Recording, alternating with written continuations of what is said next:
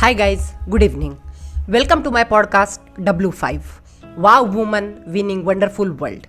Today, International Mother's Day. Newspaper, WhatsApp status, all flooded with mothers. Mother, a person, a personality, a superhuman being on whom every child wishes to write an article, a poem, a story. Is everyone a journalist, a poet, a author? No. But a mother really makes an author, officer, doctor, engineer, architect, teacher, chef, so on. Matra, Mata, mother. In different language, Sanskrit, Hindi, English, but all sound similar because language is different, but emotions for a mother and of a mother are precious. 9 महिने भार वाहून आई मुलाला जन्म देते. आई मुलाची पहिली गुरु, पहिली सखी, पहिलं सुख, समाधान, समृद्धी असे म्हटले जाते. स्वामी तिन्ही जगाचा आई विना भिकारी. आई, मा, माता, मदर या शब्दात सारं जग सामावतं. Initially I thought today I will podcast on my mother. But then guys, you understand, I am possessive about my mother and don't want to share with all. And I am damn sure if I share my mother as wow woman, you all will fall in love with her. So I can't take risk, okay? So friends, on one hand, where everyone is feeling blessed for mother, there are millions of children who are not having mothers, family and are in risk of life. But there is a woman who at the age of 64 became mother of such children. She adopted her first orphan and then her story began. And she is our today's wow woman, Dr. Prabhavati Muthal. Let's see her journey which began when she was 64 years. We will focus on her work. Thousands of orphan children in India never find loving homes because the authorities take too long to declare them free for adoption. Prabhavati Muthal, 83 years old and mother of 2 adopted orphans herself, has been fighting to get justice for these children all her life. आई, तू आईसारखी नाही दिसत, आजीसारखी दिसते. मला mummy papa हवं आहे. Mom, you don't look like a mom. You look like a grandma. I want my mummy, papa. Mohini often used to say this to Professor Prabhavati Muthal. Mohini was 5 years old now and she had heard from her schoolmates that she had not come out of her mother's womb but from a dirty sack, and because of that her right arm was paralyzed. On November 30, 1996, Professor Prabhavati Muthal had retired and was all set to relax for the rest of her life in Chandrapur, Maharashtra.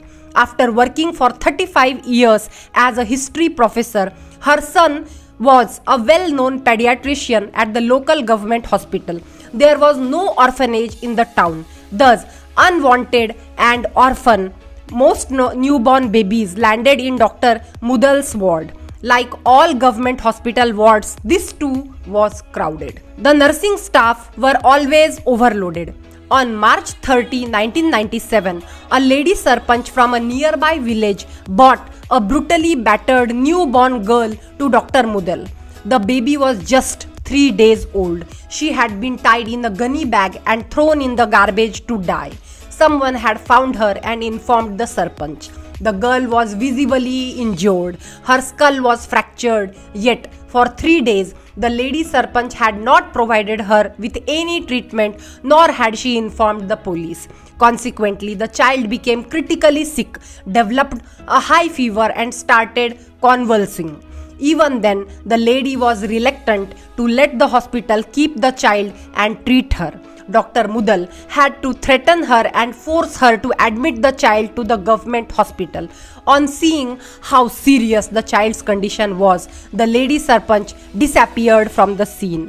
For weeks, the child hovered between life and death. One usually associates government staff with impersonal and callous behavior, but the nurses at this government hospital rallied together to save the child. One of the sisters told Dr. Mudal, God will not forgive us if we cannot save this child. due to their untiring efforts, the child survived. But the prolonged battle for life had taken its toll. She was badly emaciated and cranky due to constant pain. She had major neurologic deficit which left her right side paralyzed. Feeding and cleaning her was an ordeal. Professor Prabhavati Muthal willingly took over this daunting task. With her selfless love and care, the child gradually improved. As she grew healthier, a beautiful face emerged. She looked so attractive that she was called Mohini. Her story attracted a journalist's attention and she became well known. Many people, including a doctor, came forward to adopt her. Suddenly, the lady Sarpanch re-entered the scene and demanded custody of child. The custody of orphan children is decided by Juvenile Welfare Board (JWP). To everybody's surprise, the local JWB gave Mohini's custody to the same Sarpanch, ignoring better claimant and the lady's past suspicious behavior. Alarmed, Prabhavati approached the Sessions Court. After a prolonged struggle lasting over 2 years, the Session Court finally overturned the JWB's order. Prabhavati then decided to establish an orphanage so that Mohini had a place to stay. The orphanage called Kil-Bil, Chirping of Birds, is now 20 years old. However, Mohini's agony did not end here. The infuriated JWB avenged the situation by blocking her transfer to the orphanage for a year. Finally, her case was cleared by special order of the state government. The JWB continued to obstruct her rehabilitation. She was finally declared free for adoption by the Session Court. Act after 1 year more. Free for adoption means that a child's parent or guardian have relinquished their parental right or have had them terminated in a court of law. Once this has occurred, a child is then legally free to be adopted by another person or family member. Any orphan or abandoned or surrendered child declared legally free for adoption by Child Welfare Committee (CWC) is eligible for adoption. But most of the couples prefer small babies so that they can enjoy each milestone of the baby while growing up. If a child is not made free for adoption soon, then mostly they don't get adopted and lead an affectionless life. Unfortunately, in Mohini's case too, all the prospective adoptive parents had given up by the time she became free for adoption. No one was willing to wait for years and fight court battles just to adopt a physically impaired child. When nobody came forward to adopt her for more than a year, Prabhavati decided to adopt Mohini herself and became a mother to a 4-year-old child at the age of 64. Kil-Bil had now become the home of many abandoned children. Vasu was one of them. Just a few days old Vasundhara was found in one of the movie theaters of Chandrapur. She did not have 1 year. Every adoptive couple wanted a beautiful and a flawless child and so did not adopt Vasu. It was Vasu's 11th year in Kil-Bil. She was supposed to go to a remand house for juveniles once she became 12. Prabhavati could not let this child go and so once again she took the legal guardianship of Vasundhara. Vasu and Mohini are sisters with the same mother, Prabhavati, now. At the time that Prabhavati was looking to adopt Mohini, the law required that to contest a case, you must be the aggrieved party. This means you should be affected somehow by the case. It is only then that you have the locus standi, that is eligibility to participate in the judicial dispute. Prabhavati had none, but she could participate in the dispute because lawmakers then had wisely put in section 7.3, which said the powers conferred on the board or juvenile court or by order under this act may also be exercised by the High Court and Court of Session when the proceeding comes before them in appeal, revision or otherwise. This is very important and should be known to everyone. That's why quoted here. The word otherwise opened the window for any conscious citizen to seek redress from the session court purely on merit of the case by passing technicalities like locus standi. The same clause also allowed the session court to declare Mohini free for adoption. The technicalities are very difficult, but the willpower of Prabhavati was very much. That's why she could adopt Mohini.